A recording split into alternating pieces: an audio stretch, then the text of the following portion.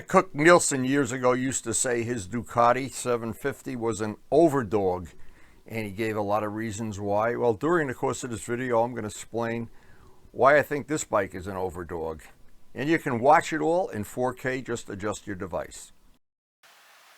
Now, I've heard people say there's nothing better than a Ninja. Well, we know that's not true. There's definitely something better than a Ninja. Having two Ninjas. Probably something better than having two Ninjas. Having a garage full of them. Anyway, it's going to be a great day. I can't wait to get out on the open road. This bike is always so much fun to ride and brings back so many good memories. Now, I always think that Kawasaki had their finger on the button years ago. They knew just how to make a bike exciting to ride. H1s, H2s, Zs, no matter what. No matter what bike they seem to design and build, it's always fun to ride. And this one is, to me, is a blast to ride. Now, of course, as I'm getting the farm chores done, feeding the fish, feeding the birds, carrying some fresh flowers, we're right at the end of that season. Very soon that's going to end and we're going to be getting into some real cold weather riding, and the leaves are going to start changing. But in the meantime, we have hit a wonderful summer. I've gotten more riding this summer than ever. I had a wonderful trip to France, and I'm ready to get back riding every day, get back into the routine that I've enjoyed for many, many years so far. Let's get out on the open road. Now, my life, of course, anybody that follows the video knows, my life is just predictable beyond predictable. Getting the bike ready, I like to have it as clean as possible. I always try to pre-flight the bike, and I encourage other people to do that. And I'd rather pay the price right in my driveway if a tire is losing air, or if there's something loose on a bike or whatever. Pretty much the same as if you had an airplane.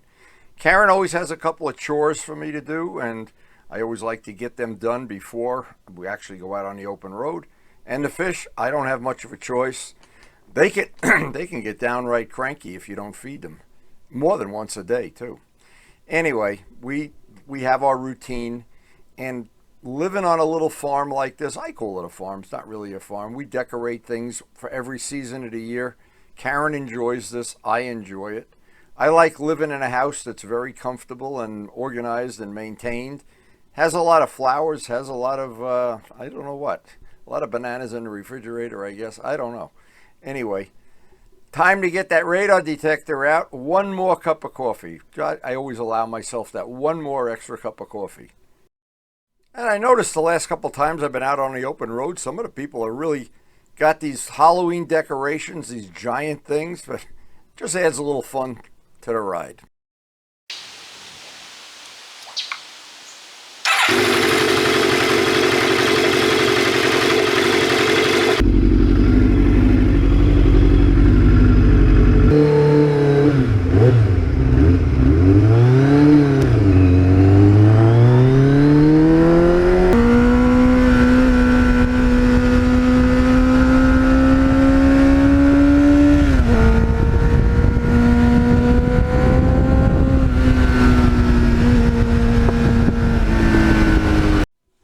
That word overdog can have whatever meaning you want it to have, and in this case, this is a bike, and to make it that it's easy to understand, I had gotten the original one. I have two of these in my collection. Got the original one from Luciano, and we shared it as a track bike. We used to both ride it on the track, and at that time, Larry DeTore was one of the friends we hung around with almost all the time. And he wanted to do some track days, and unfortunately what happened is he passed away before he ever got to do some track days. So we dedicated this bike to him, and when I did the restoration in his memory, and Luciano had given him a 500 Kawasaki Ninja that he could use as a track bike, and unfortunately he was in the middle of working on it and when he was killed, unfortunately. And that's really one of the saddest moments of my life. But every time I look at this bike and I think of Larry, it brings back some really good memories.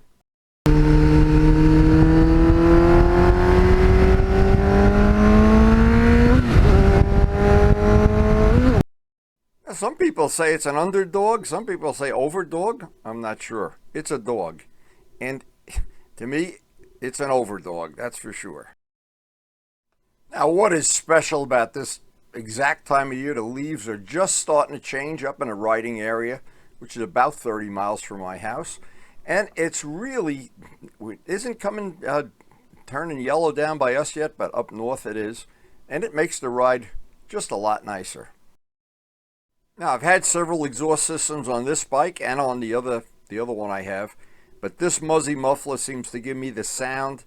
It's really, I just love the sound. It sounds to me when you're riding a bike like an Indy car.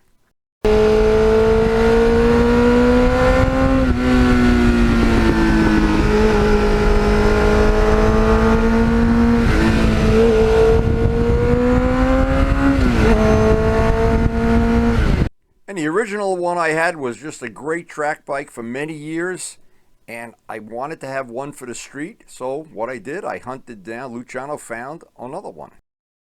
And whether you call this an underdog, an overdog, or whatever nickname you have for it, the thing that I like about it always gives you just a little bit more than you're expecting. I always seem to have a great time riding it, and it's been, to me, realistically, it's been as reliable as a refrigerator.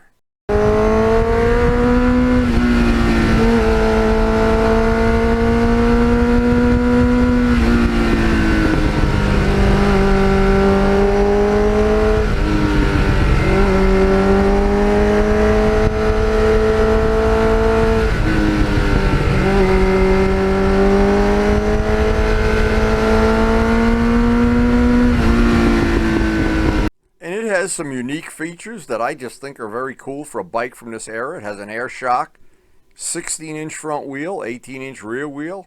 Got that crazy anti-dive that, I'm not sure that works. That's the underdog or overdog of anti-dives.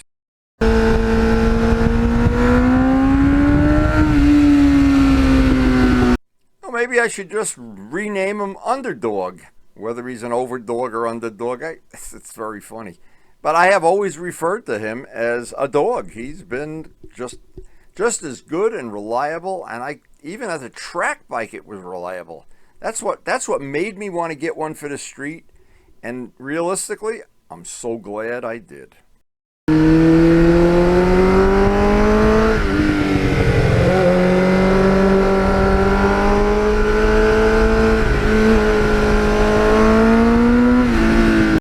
I picked out the Camaro green for this restoration and combined it with the Yamaha blue with the white stripe.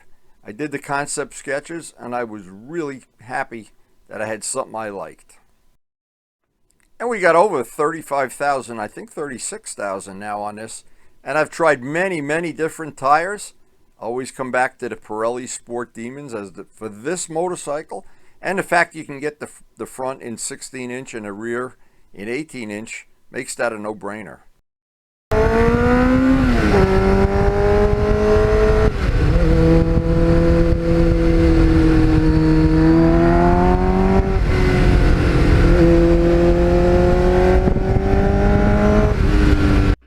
Now, one thing I really like about the bike, it sits low. You pull up to a light or a stop, you can get both feet on the ground. Getting on and off the bike's a snap. Nice little bonus feature.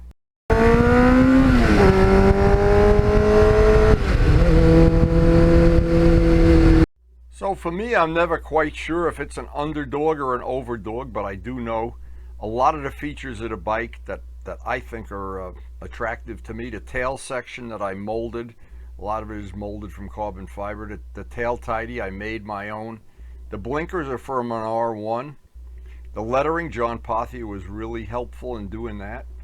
The paint is from a Camaro, standard GM paint. A lot of the stickers and the artwork for the tank, all that came from John Pothier.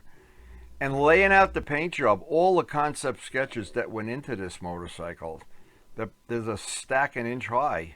But every one of them paid off in the very end, because I've had the bike in this configuration for so long, I just take for granted that when I go out to the garage, it's going to be there.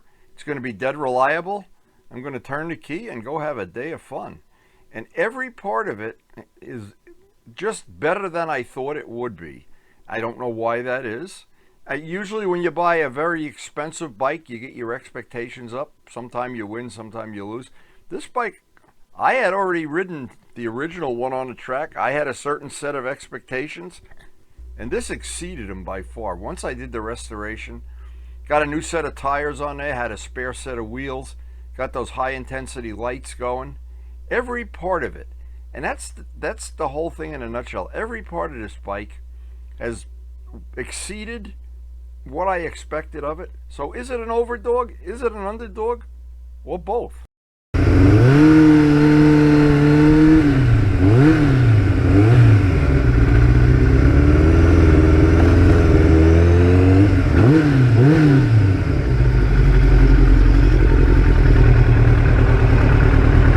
You look at it and you think, well, it's a good bike, and when you ride it, you find that there's so many things to like, and I like them all. So I'm glad I have two of them. I'm glad I have enough parts actually to make another bike. And biggest thing, I'm always glad I have that radar detector.